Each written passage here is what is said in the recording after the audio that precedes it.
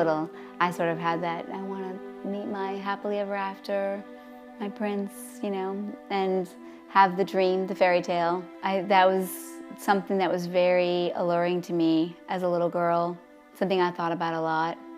And then when I met Bill, thought it was sort of a dream come true. It just dawned on me out of nowhere that, you know, this was the love of my life and who I wanted to spend the rest of my life with. We were transitioning into a new place where we thought we'd build a family and be for the rest of our life, and then all of a sudden she announces that she's pregnant with Anna, which was wonderful, and you know, that's when it happened.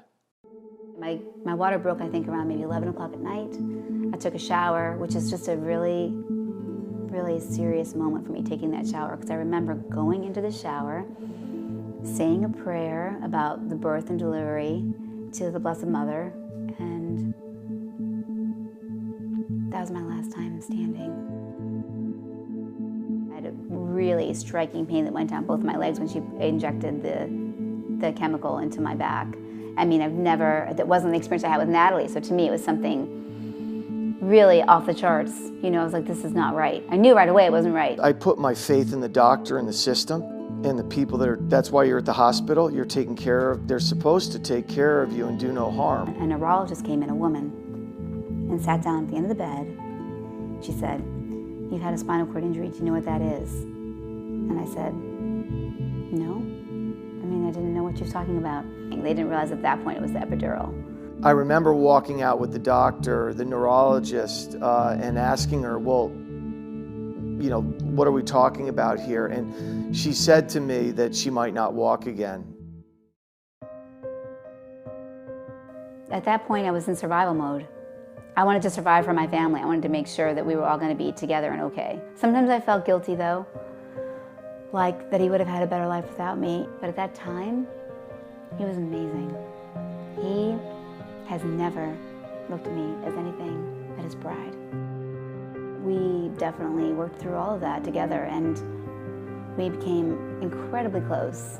For me, love is unconditional. I know that's what we have from Annette to me and from me to Annette, and that's helped me as much as I've helped her.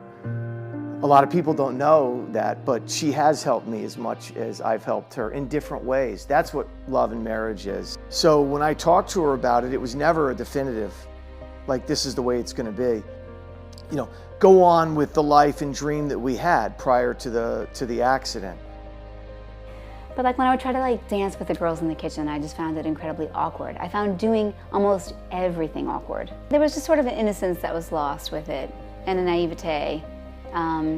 And the belief that everything will work out in the end, or all the pat things that people say. You know, I love her with all my heart and the kids, and I know it's not easy, but we're all here for each other, and that's what is going to help us get through this to the next half of the adventure. I like to write. A lot of people write their way out of their situations, and I sort of thought I wanted to do that. Life has a sort of bittersweetness that it probably has for everyone. You know, and I'm more at peace with that now after writing the book. The girls will really appreciate it later. I know they will, as more as women, young women. It means a lot to me because like it's just like everything's in it. Like just being able, like I feel like when I'm older, like I'll go look back at it and just like realize like just see how everything was and like how my mom like dealt with everything.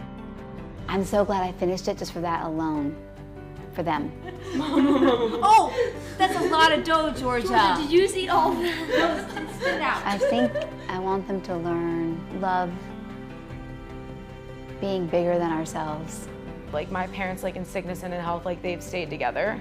And like it just showed me that like when you love someone, like you know that love is real when if something like that happened, like you want to stay with them like forever, no matter what. You know, I'll never know this for sure. But if I could know that someday, know that that's what they got from this, I think I could say, okay, it was worth it. You guys are my reason for living. Oh, I love you, Mom. We love you, Mom.